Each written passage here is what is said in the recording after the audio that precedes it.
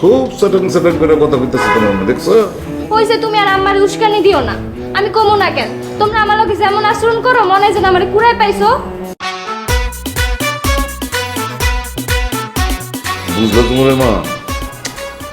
আমি না কয়েকটা বিষয় নিয়ে খুবই চিন্তিত।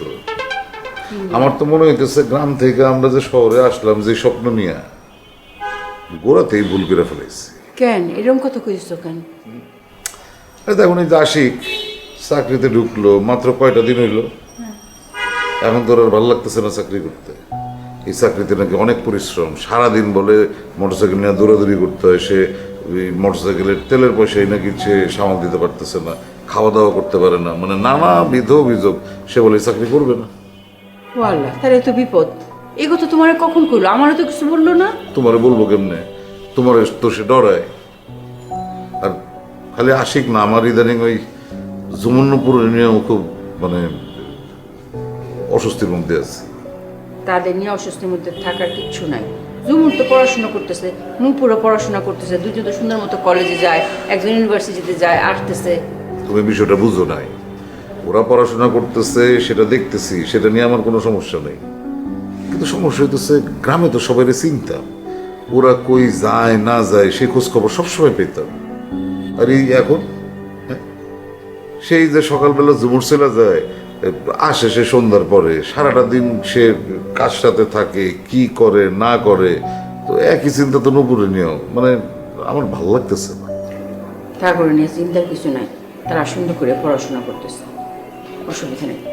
তুমি এত চিন্তা করো না, দেখো শেষটা ভালোই। আমা, আব্বা, আমার তোমার লগে একটা কথা আছে, কিন্তু একটা শর্ত আছে। কি শর্ত? তোমরা রাগ করতে পারবা না। আচ্ছা বল শুনি। আম্মা, ওই যে আজকে তো আমাকে কলেজ বন্ধ, কালকে সব বান্ধবীরা মিলে একটা প্ল্যান করছে যে আমরা সবাই মিলা একটা জায়গায় ঘুরতে যাবো, ওখানে ছবি টবি তুলবো, কফি খামো। আমি ওগুলোকে যাই। কফি খাইতে বাইরে যাওয়ার দরকার কি? তোর বান্ধবীকে বল বাসায় আসুক, আমি রান্না বান্না করি, সবাই মিলে মজা কর। আর বাসায় থাকলে তো অনেকক্ষণ থাকতেও পারবো। আম্মা, বাসায় আইলে তো আওয়াই যায়, কিন্তু বাসায় আইতে চাইতেছে না। বাসায় তো থাকে সবসময়, কলেজে কোচিংয়ে পড়ালেখা দৌড়াদৌড়ি, এই জন্য সবাই মিলে একটু বাইরেই ঘুরতে যেতে চাইছে। যাই আম্মা একটু। বাইরে এখন অনেক সমস্যা, বাইরে যাওয়া যাবে না। আচ্ছা শোন, তুই যাইতে পারবি, তোর বাবার সাথে নিয়ে যাবি। আম্মা, তুমি এটা কি কইতাছো? বান্ধবীকে মাঝখানে আব্বাই গেলে ব্যাপারটা কেমন হইব না? ওরা শরম পাইব না? আব্বা কি তোর বান্ধবীর মাঝখানে বসে থাকবো?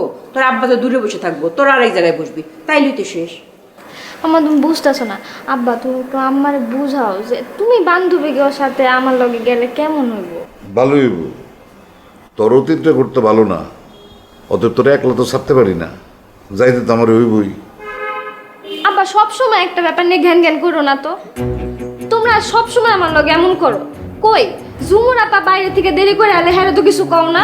হ্যাঁ কো ঝুমুর আপা যা করে ভালো লেগেই করে। ঝুমুর আপার কিছু একটা লাগলে সাথে সাথে ওইটা আইনা দাও, হাজির করে দাও। আমি চাইলে কোনোদিন তো দাও না কেন? আমি কি পড়ালেখা করি না? আমি তো পরীক্ষায় ভালো ফলাফল করছি, আমি তো পরীক্ষায় A+ পাইছি। কয়দিন আগে আশিক ভাই চাকরি আসলো না, আশিক ভাইয়ের এখন চাকরি হয়েছে। এখন আশিক ভাইরও তোমরা মাথায় তুললা নাচো, আশিক ভাই কি খাইবো, আশিক ভাই কি করবো, আশিক ভাইয়ের কি লাগবো।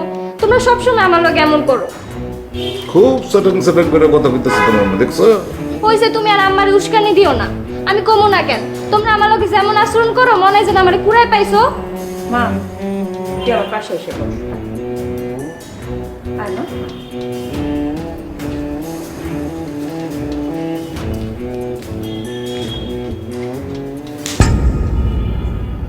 বাপ মার সামনে কেমন করে কথা বলতে এটা তুই শিখোস না এখনো? কই ঝুমুর তো সারা জীবনে আমার সাথে এরকম কথা পায় নাই, কোনো কফি টফি খাওয়া নাই। ইয়ে পড়তে বস।